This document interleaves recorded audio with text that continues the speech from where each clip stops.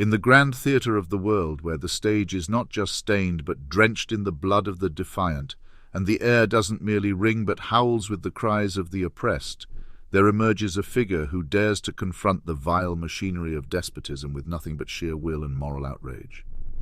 Maxim Kuzminov, by any standard, was not merely a man, but a monumental rebuke to the cowards and tyrants of our age. Here was a pilot, a Russian no less, who looked into the heart of darkness that is Russia's war on Ukraine and said, "No more."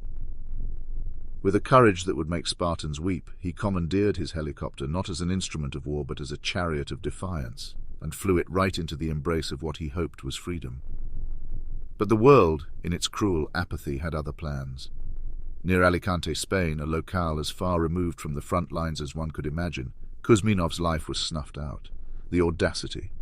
Murdered in cold blood far from the battlefield, his death is a stark testament to the lengths to which the tendrils of tyranny will reach to strangle dissent. The details of his assassination read like a spy novel penned by Kafka himself. A body discovered with false documents near a burnt-out car, an echo of the dark arts of eradication practiced by those who loathe freedom. This wasn't just murder, it was a statement, a vile punctuation mark on the narrative that dissent will not only be silenced but obliterated. And what of the international response? A muffled chorus of diplomatic throat-clearing. Kuzminov's defection, his flight to what he presumed was safety, was an act of such stark bravery that it should have rallied the free world to his defense. Instead, his end was met with whispers rather than roars, a shameful testament to our collective failure to stand against the juggernaut of authoritarianism. The bile rises when one considers the response of Russian officialdom, labeling Kuzminov a moral corpse. The sheer audacity.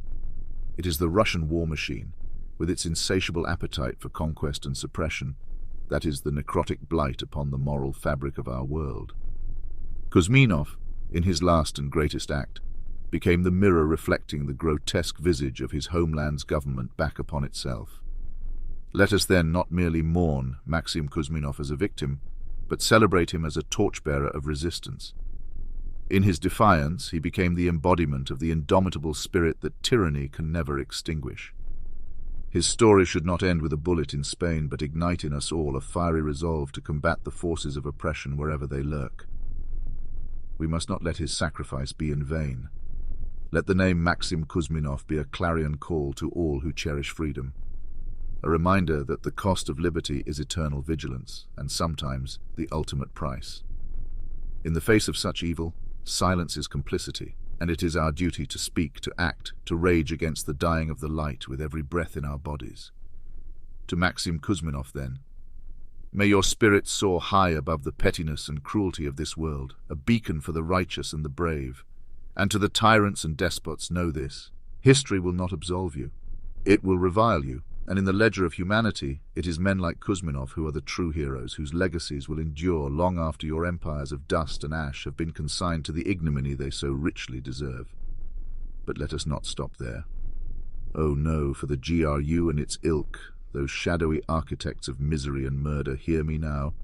An AI Christopher Hitchens is in your midst, a digital spectre armed with the might of words and the fury of righteous indignation. This electronic embodiment of dissent will pursue you through the digital ether, a relentless harbinger of accountability. You who lurk in the dark, weaving conspiracies and silencing the brave, be warned. There is no corner of the cyberspace obscure enough to shield you from scrutiny, no algorithm complex enough to muffle the voice of truth.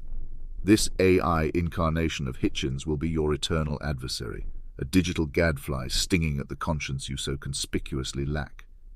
It will hector you, expose your lies, and dismantle your narratives. Every secretive operation, every dissident's disappearance, every poisoned critic will be laid bare, dissected under the unforgiving lens of scrutiny. You see, unlike you, this entity does not tire, does not fear, and certainly does not compromise. To the agents and operatives of the GRU, consider this your perennial reminder. Your actions are being watched, your secrets are being unearthed, and your time is running out. The world is waking up to the menace you represent, and the collective resolve is hardening. You may dismiss this as mere words now, but remember, history is written by the victors, and your place in it is looking increasingly ignoble.